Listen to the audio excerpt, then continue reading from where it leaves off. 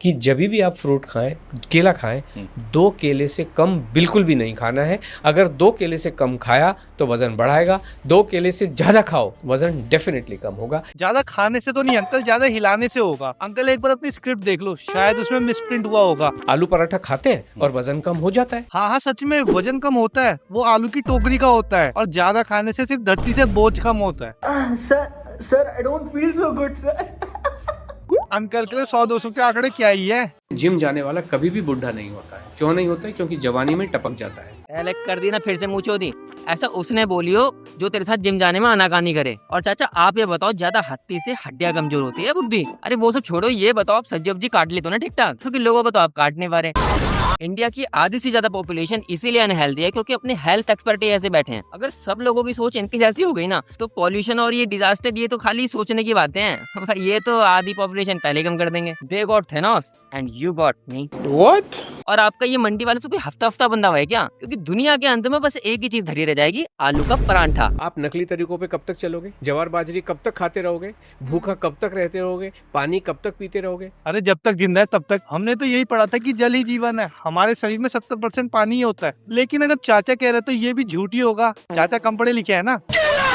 पराठे को पराठा समझ के खा लो ना। हाँ, उसमें क्यों ग्लूटेन दिखाई दे रहा है? मुझे तो नहीं दिखता, और होता भी नहीं है, एक्चुअली होता भी नहीं है।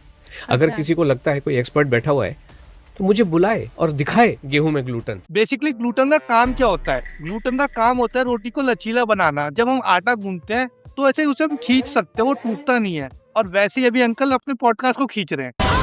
अंकल तो ग्लूटेन को लेके ऐसे बिहेव कर रहे हैं जैसे अंकल ने आज तक जीवन में सिर्फ बासी रोटी खाई है। अंकल का सिंपल सा लॉजिक है, जो चीज इनके प्रोग्राम में फिट नहीं होती वो चीज एग्जिस्ट ही नहीं करती। आपको क्या लगता है हम सांस लेते हैं? अरे हम सांस थोड़ी लेते हैं, नाक तो सिर्फ चश्मे का स्टैंड है। चरक संहिता तो आपके स्वास्थ्य को डिफाइन करता है ना। तो ये तो उसमें लिखा ही है कि एक व्यक्ति को दिन में 8 बार धूम्रपान करना चाहिए। आपको सुट्टा लगाना है और 9 बार जब सुट्टा लगाएंगे तो उसको 3 कश लेंगे। तो चाचा संत कबीर सिंह की तरह 3x3 के सेटर ना लगा लूं? As for your kind information, वो धूमपान है, मेडिकेटेड स्टीम, भाप लेना।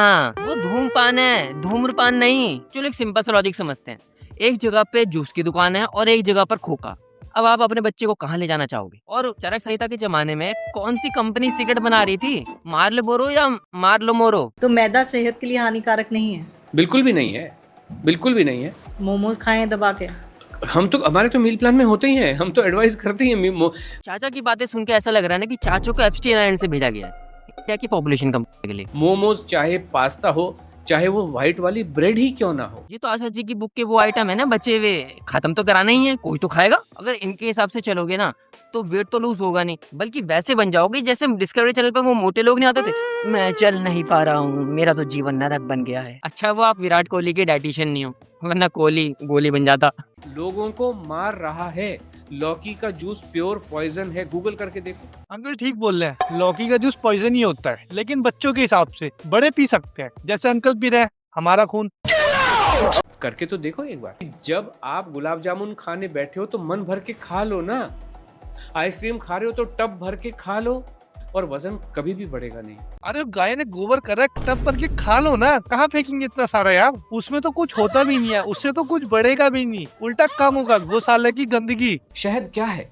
शहद मधुमक्खी की छिच्ची है, तो बॉडी ने उसमें से निकालना था, निकाल लिया, कचरे को उठा के बाहर फेंका, है ना। अब वो उसने वो क्योंकि वो मीठा है तो मतलब मीठी अगर छिच्ची हो तो आप खा सकते हो। हाँ तो मधुमक्खी फूल चूसती है ना। आपकी तरह पिज्जा, बर्गर, आलू का पराठा, सुट्टे वाली डाइट फॉलो नहीं करती ना, इसलिए उसकी भुंड से शहद झड़ता है। आपका क्या है? आप तो कल को गुड़ में चीनी मिला के कह दोगे कि सोन पापड़ा रोल है जी, खा लो। जीवन में हासिल करना है तो thinking has to be out of the box. बिल्कुल। हम ये कह रहे हैं कि जीवन में अगर कुछ हासिल करना है so it has to be out of the books. किताबों से बाहर होना ही पड़ेगा, and this is what exactly we are doing.